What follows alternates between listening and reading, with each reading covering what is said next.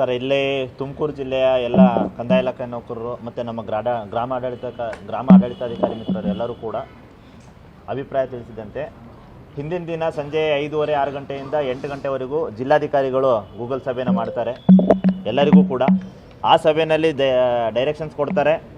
ಎಲ್ಲರೂ ನಾಳೆ ದಿನ ಬೆಳಗಿನ ಜಾವ 7 ಗಂಟೆಗೆ ಫೀಲ್ಡಲ್ಲಿ ಇರಬೇಕು, ಕೆಲಸ ಮಾಡಬೇಕು ಅಂತ ಹೇಳಿ ಆ ನಿರ್ದೇಶನದಂತೆ ಇದು ತುಮಕೂರು ತಹಶೀಲ್ದಾರ್ ಅವರು ಒಂದು ವಾಯ್ಸ್ ಚಾಟ್ ಹಾಕ್ತಾರೆ.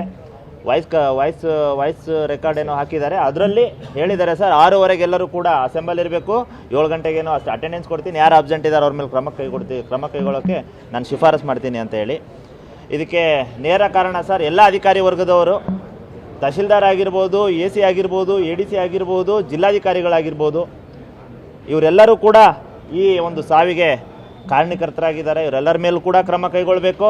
ಹಾಗೆ ನಿನ್ನೆ ದಿನ ಏನು ತಿಪ್ಟೂರು ನಮ್ಮ ಗ್ರಾಮ ಆಡಳಿತಾಧಿಕಾರಿ ಯಶಸ್ವಿನಿ ಅವ್ರಿಗೂ ಕೂಡ ಅಪಘಾತ ಆಗಿದೆ. ಅದೃಷ್ಟವಶಾತ್ ಅವರಿಗೆ ಕಾಲು ಮತ್ತು ಕೈಗೆ ಇಂಜುರಿ ಆಗಿದೆ. ಅದಕ್ಕೆ ಕಾರಣಕರ್ತರಾಗಿರೋರಿಗೂ ಕೂಡ ಈ ವಿಚಾರದಲ್ಲಿ ನಾನು ಅಲ್ಲಿನ ಉಪ ತಹಶೀಲ್ದಾರ್ ಲೋಕೇಶ್ ಕುಮಾರ್ ಅಂತೇಳಿ ಉಪ ತಹಶೀಲ್ದಾರ್ ಅವರಿಗೆ ಕರೆ ಮಾಡಿ ಮಾತಾಡಿದ್ರೆ ದರ್ಪದಿಂದ ಮಾತಾಡ್ತಾರೆ, ದುರಹಂಕಾರದಿಂದ ಮಾತಾಡ್ತಾರೆ.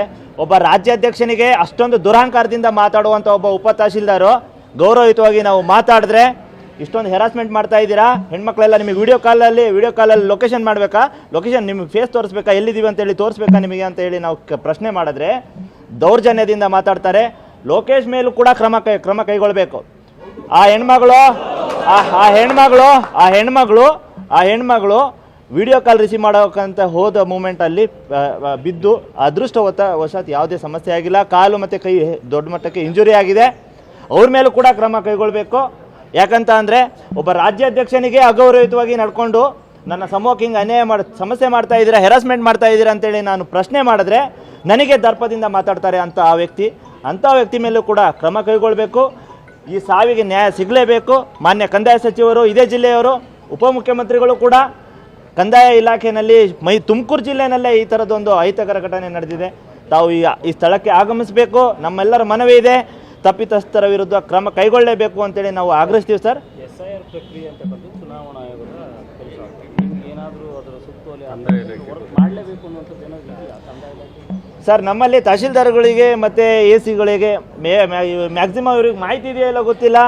BLO ಸೂಪರ್ವೈಸರು ಗ್ರೂಪ್ B ಮೇಲ್ಮಟ್ಟದ ಅಧಿಕಾರಿ ವರ್ಗದವ್ರನ್ನ ನೇಮಿಸಬೇಕು ಅಂತೇಳಿ ನಾವು ಗ್ರೂಪ್ C ನೌಕರರು ನಮ್ಮನ್ನು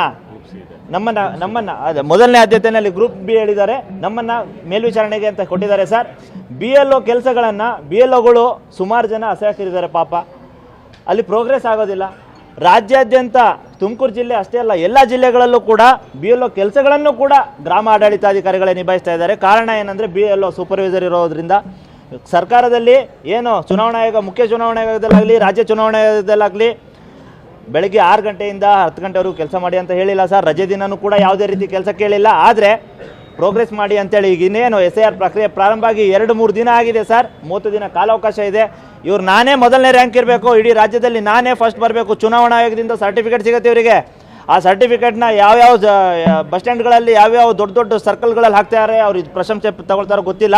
ಆ ಸರ್ಟಿಫಿಕೇಟ್ ತಗೊಳ್ಳೋಕ್ಕೋಸ್ಕರ ಒಂದು ಜೀವ ತಗೊಂಡಿದ್ದಾರೆ, ಇನ್ನು ಎಷ್ಟು ಜೀವ ತಗೊಳ್ತಾರೋ ಗೊತ್ತಿಲ್ಲ. ಹಾಗಾಗಿ ಈ ಸಾವಿಗೆ ನ್ಯಾಯ ಸಿಗಲೇಬೇಕು. ಅಲ್ಲಿವರೆಗೂ ನಾವೆಲ್ಲರೂ ಕೂಡ ಹೋರಾಟ ಮಾಡ್ತೀವಿ ಸರ್.